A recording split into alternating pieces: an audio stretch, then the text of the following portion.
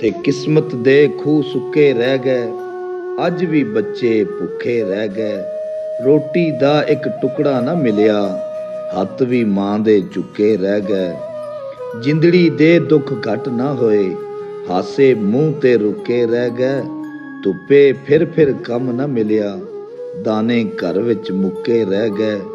ਟੁਰ ਗਏ ਲੋਕ ਸਿਆਣੇ ਬੁਲਿਆ, ਪਿੱਪਲਾਂ ਹੇਠਾਂ ਹੁੱਕੇ ਰਹਿ ਗਏ। ਤੇ ਕਿਸੇ ਦਾ ਦੋਸ਼ ਸੀ ਕਿਸੇ ਦਾ ਨਹੀਂ ਸੀ, ਇਹ ਗੱਲਾਂ ਹੁਣ ਕਰਨ ਦੀਆਂ ਨਹੀਂ। ਵੇਲੇ ਲੰਘ ਗਏ ਤੋਬਾ ਵਾਲੇ, ਰਾਤਾਂ ਹੌਕੇ ਭਰਨ ਦੀਆਂ ਨਹੀਂ।